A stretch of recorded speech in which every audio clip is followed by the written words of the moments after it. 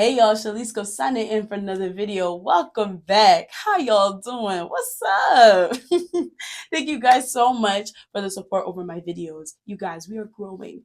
We are growing. I know I say this every video, but we truly are growing. And I just want to say thank you from the bottom of my heart. Thank you. Jesus Christ, I say thank you. You guys. Jesus. Thank you guys so much. If you guys haven't checked out my other social media platforms, they're going to be on the sides, and it's Shalisco on Instagram and on Twitter. Very soon, we might have it on TikTok, but yeah. Let's pray on that one. This video is wrapping up our 3-part series titled Modern Feminism is Doomed. Last week, we talked about the 4B versus the 5B movement, how it really came to be in South Korea, how it made waves in America, and the rebuttal movement, the 5B movement. Today, we're going to be talking about feminism versus society, how society has taken to certain ideals that feminism has introduced, but at the same time, there's still a lot of pushback on the ideas behind feminism. And then we're also going to talk about the different issues that arise in modern day feminism. And can we truly say that modern day feminism is really doing the right thing, or it's sending us backwards? Who knows? Before we jump into all of that, we have to make sure that we define feminism to the core. Feminism is an interdisciplinary approach to issues of equality and equity based on gender, gender expression, gender identity, sex, and sexuality as understood through social theories and political activism. If you are new to this channel, you might not know that a couple years back, I actually made a deep dive video on feminism, talking about it in different waves and how it really changed our society in the way that we see gender equality. The last time I made that video, points were made. However, we have to analyze the things that have happened in the past, look at things that are happening right now in order to determine where we're going to in the future. We could see that with feminism, we've had several advancements in terms of gender equality, how we see women in our society, the different advantages they now have, how they're able to spearhead many projects, many companies, many nations. However, that doesn't mean the work is done. If anything, we are just getting started. I know you said that there's like barriers. I want to know what barriers in the U.S. today as a woman. Well, as a woman or as a woman of color? Let's be specific. As a woman. I said as a woman. Well, no, I can't answer as a woman. I just feel like your question is kind of hostile when you're like, there are no barriers to what I want. Congratulations. That means you have a privilege where you're not facing any friction, and that's showing. And I feel like it's I think as an American, you're very privileged. I'm not ignoring that. We're at like a basic level of what, the feminist movement is when it comes to just being born a woman, right? Physically, pound for pound, we are born as women and we have less lean muscle mass than men. So there are issues of violence and assault and stuff like that. And so therefore, there are policies, there are things to help women physically, like, for example, I believe being able to carry a firearm and being able to use that safely to defend yourself against men who are born naturally with more muscle mass than a woman. We have to point out the fact that, yes, as many things have changed in society due to feminism, many people still have an issue with feminism. Many people are still against feminism and don't understand the different theories and the movements that are truly behind gender equality. However, this video is not about educating those who don't understand the basis of feminism and are expecting me to now break it down for them. Please, I already have a video on that, number one. And number two, it's really not my job. It's not my job, please. It is 2024. Google is free. Even ChatGPT is free. You can go and ask AI about feminism. Not me. No, man. I am not the 1, the 2, or the 3. Okay? We don't need my expertise in educating people on feminism. There's way too many amazing people and way too many amazing videos out there that you can go ahead and educate yourself on. Okay, the videos are down below. Y'all can check them out because I'm still a resource, but I'm not breaking down feminism in this video. No, ma'am. Being the understanding person that I am, I really tried my best for this video to see the perspective of people who don't exactly agree with the approach of feminism or don't really see where we're headed because of the different theories and methods that we have brought to our society that hasn't exactly been fruitful all the way. A phrase that I heard so often when it came to the conversation of feminism and why people don't really like it is radical feminists. Now, there are radical feminists and there are radical feminists. And hold on. The radical feminists I'm talking about here that people seem to have a problem with are the people that don't really think things through. They see an idea or they see a vision, and with no hesitation, they're up and about talking to people, saying things, being erratic in their behavior, and making everybody else in the movement look crazy. They look like they're mad, like they don't get sense again. And and I mean, it's like that in every single movement. It's like that in every single religion. Everything that we have on earth, there's always going to be a group of people who are a part of a cause that have no business being in that cause. They have no business being the spokesperson or the spokespeople for said cause. They should sit down in their corner and think about what they did and just observe. They have no reason being out here spreading misinformation and just being very erratic. I really do applaud the feminists that are radical in nature, though, as they are the reasons why feminism is where it's at today. If it wasn't for their foundations and their building blocks and the different connections they made in society, building communities, giving resources, educating those who need help, going ahead to protest, if it wasn't for them, we wouldn't be here. And for that, I have to say thank you to them. And I truly believe that the new society that they've tried so hard to build, it will be seen in the future generations. So yeah, the idea behind radical feminists shouldn't be people who sporadically jump to action. It should be people who are principled and understand the ground roots and the framework of our society and how to break it down so people can have an authentic human experience enjoying their gender, enjoying their essence and who they are as people. That is truly what a radical feminist should be. A group of people that make modern feminism look horrible in our society are those who judge women for going ahead to have choice. There are women out there who don't necessarily want to work and who want to be at home and who want to raise their children because they see motherhood being a blessing and they truly want to bask in all its glory by staying at home and taking care of the kids or being housewives. And you'll see that there are women out here who are judging them, who make them feel less of a woman, who make them feel as though that they are pushing back the feminist agenda and that they're everything wrong with society, especially as a woman. And it's just like, feminism is about choice.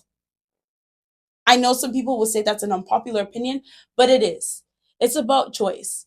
But at the same time, you have an understanding on what kind of choices you are making as a woman. You know, there should be space for women to stay home and to be housewives and to also maybe even have a business while they're at home taking care of their kids. They should be able to experience best of both worlds if they want to. So going ahead to shame these women or making them feel less than because they want to stay home, because they want to be a housewife, because they want to bask in all of motherhood's glory doesn't make any sense to me. I'm pretty sure the women who decide to stay home understand the plights and the issues that surround being a career-driven woman and also having a family. There's so much sacrifice you have to make. It's either your career or your family, or understanding the fact that even if you try to balance the two, it's like tearing yourself into pieces, especially with the way the economy is set up and different jurisdictions that we have in our society. It is not easy, especially when you are married in such situations where your partner is not as supportive, they don't help you, they're not as active in family affairs, and they don't understand the emotional burden.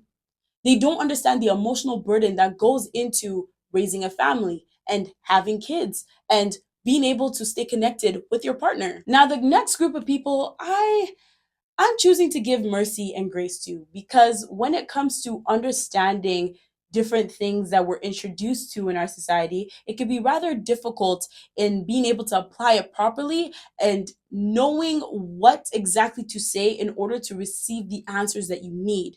However, it seems like those who don't really understand feminism as much, or they take on these movements or they take on these phrases, they just say it out loud without understanding the repercussions to their actions. For instance, I have to say, when it comes to the idea of decentering men, which we talked about up above, check it out, I could say that there are many people using that phrase and don't understand what they're doing. They're just saying things out loud. They are not sitting down to hear themselves and really just, question what they're saying. They're just allowing themselves to be swayed by others who also don't understand a thing about said concept. And then other people be like, yeah, see, that's why I don't really get feminism, because like, just say that you don't understand the concept and go. Don't now come and smear the whole entire movement because of the fact that you have a lack of understanding. Please, there's so many resources that you can use, that you can learn from in order for you to understand things better. There's literally no excuse. There's none. There's none. And I understand that there aren't that many people who are truly practicing feminism the way that they're supposed to. So it can be very difficult to ask for help or to seek resources that you don't really know who or what to, direct yourself to. But at the same time, if you don't understand, it's better to just keep short and just sit with your thoughts and do research than to open up your mouth and say certain things. That's what I have to say with that one. On top of that one, though, I've noticed as well that there are people who use feminism as a way to garner attention towards themselves, so they can have an audience, so they can have people who can push them forward and help them have a platform, and they will now turn feminism into a whole bunch of buzzwords. They use the phrases that are used in feminism as buzzwords for people to interact with them more. So it ends up seeming like it's performative. It ends up looking like people are not really doing the work. They're just talking. That's all they're doing. They're not adding to anybody's life. All they're doing is all that's all they do. They're not doing anything in their communities. They're not helping people. They're actually steering people in the wrong way. And you have people now sit up here and say that feminism is this, that, and the third. You're the problem to feminism. Hopefully you know. You're the problem. You can't be out here, and I know. Let me get my thoughts correct and straight, okay? Everybody wants to go viral. Everybody wants to be famous nowadays. Everybody wants a platform. Everybody wants to do this, do that, and the third, but they have no substance. These people who want to have these platforms have no substance and could not really add anything to our society to begin with. So these platforms will not only derail other people, but send them to an early doom, because when you have a platform, people are analyzing you so much more than the regular person. And we already have a lot of pressure in society to be a certain way, look a certain way, and to behave a specific way. So now you having a platform with no substance, do you think you can actually get somewhere? Please, let's put away the facade of being, a feminist warrior on Twitter that's speaking out on things, but you actually don't do shishi, kakan, or shekankan. You're not doing anything.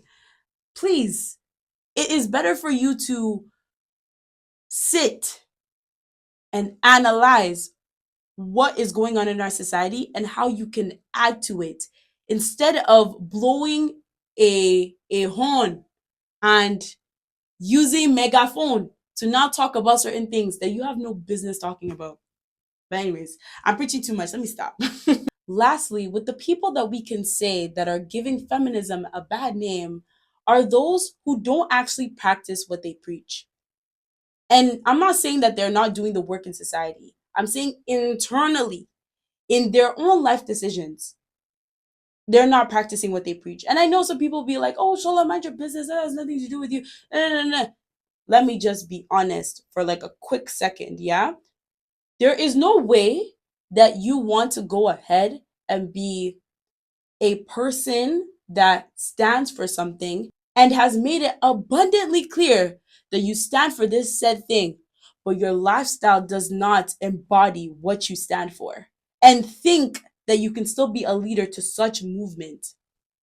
Could make sense. It doesn't make any sense at all. You can't sit here and say that you stand for feminism, but the partner that you've chosen to lie with and have children with and to build a family with can't support you in your dreams and goals. They frequently use weaponized incompetencies to keep you in a position where you have to control everything in the house, and all they do is just provide money for bills. That doesn't make any sense.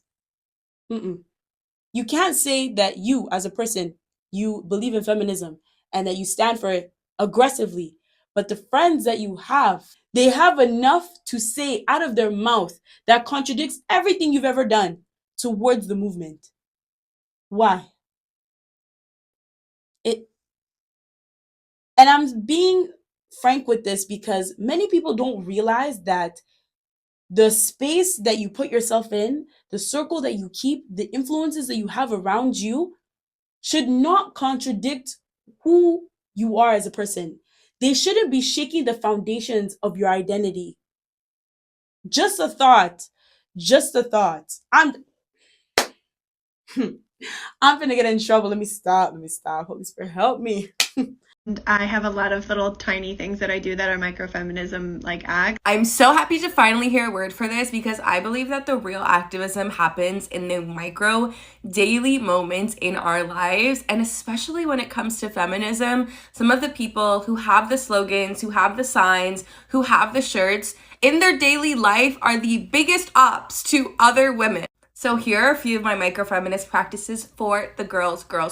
Number one is I don't give body-specific compliments positively or negatively. I grew up in a family with a lot of men, and this is something that I've actually learned that men do a lot, is a lot of times when they see somebody has made improvements to their health, their compliments are like, you look great, bro. Like, you look really strong. And so I thought of giving compliments to women in a similar way and saying, you're really glowing, you look really radiant, even if they've happened to lose a lot of weight, but I'm not affirming that the weight loss is the thing that made them beautiful, but like that they're beautiful and maybe they happen to lose weight. I don't know, maybe they changed their skincare, it could be anything. The second one I literally got comments on when I was printing stuff for my wedding, and that is that I always list the woman's name first. In my head, I just think of it like we're entering a room, and guess what? Ladies first. The last one is not asking women about their relationship status. I assume women are single by choice in the same way that we assume men are single by choice. I had a grandmother who would grill everyone about their relationship status, and it made me cringe. So I vowed that would never, ever be me. With modern feminism itself, it also seems that people don't have the ability to see multiple perspectives and to raise awareness for multiple things at the same time. It seems that everyone is so narrow-minded with the way that they go about their mindsets, and they go about spreading awareness and giving resources to certain things. And you tend to leave out a huge section of people who need just as much help. Like, that was something that we started to see, especially in the groundwork of feminism, where there were women who still weren't receiving rights till later on, who weren't receiving help or resources or awareness to much later than other women who were also in advocacy for feminism. And we are seeing history repeat itself once again, where people are not able to see the perspectives of other women, of other people who engage with feminism, and far beyond seeing where they're coming from, going ahead to accept the fact that they also have to do the work alongside with the people who need help. Like, you can't just be so focused on your own problems when it comes to these movements and not understand the fact that you also have to do the work. You also have to be willing to sit up and protest and talk about these things and have discussions and donate your dollars to those who truly need help. Few ideas have affected me as much as Judith Butler's notion of performativity, so I'm going to explain that to you here. This comes from their text titled Gender Trouble, in which they make the case that our relationship to gender is not filtered through our understanding of our biologies. When you prepare yourself in the morning and get dressed, you are not thinking about your genitalia and being like, how can I best approximate that out in the world?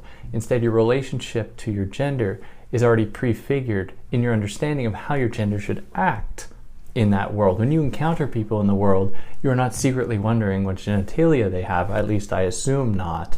You instead encounter them as they present themselves.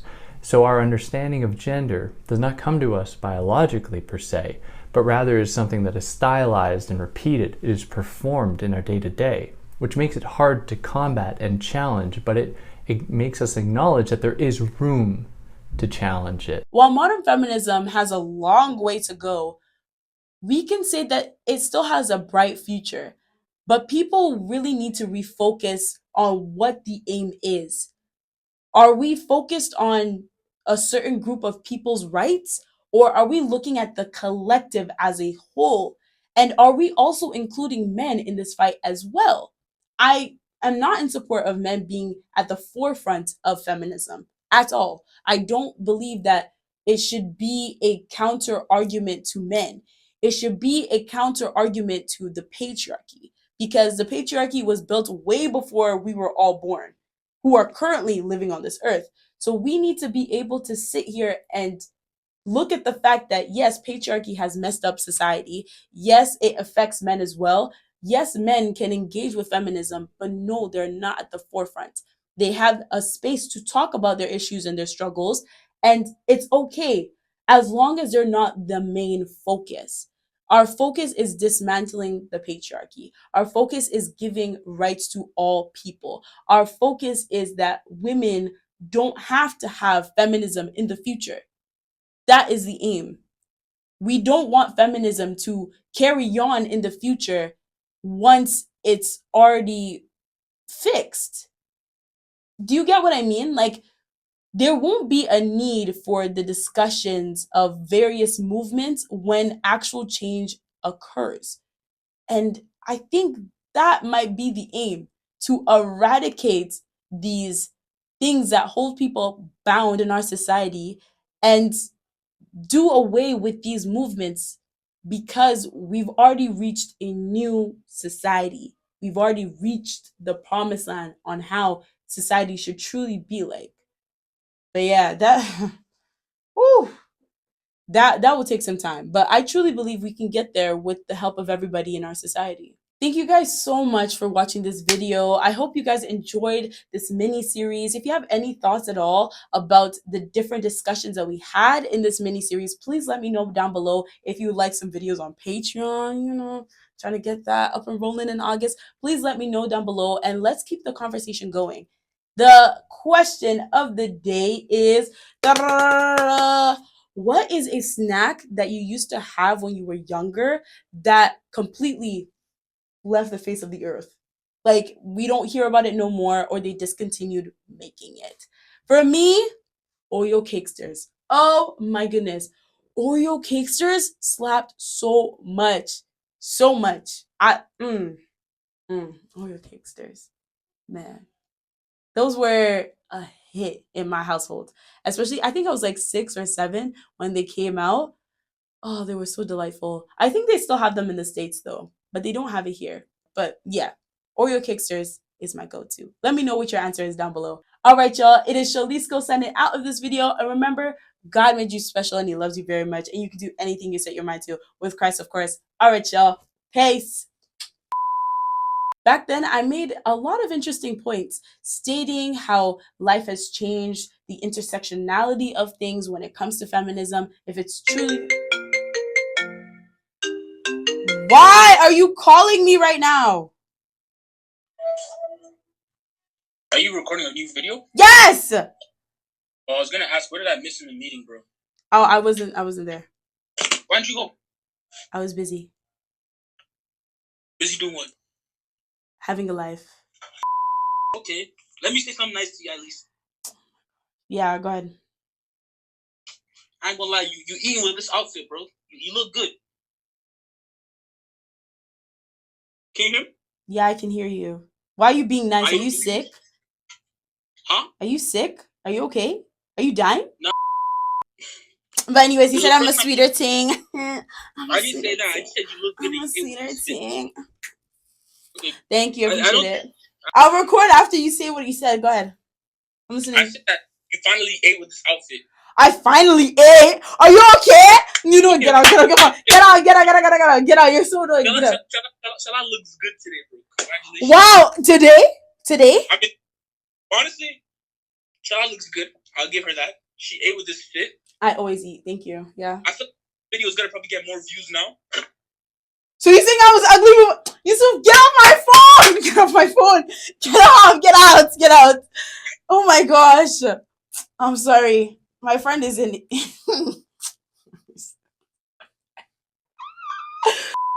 There are people in our society who understand feminism, get the movement. Okay.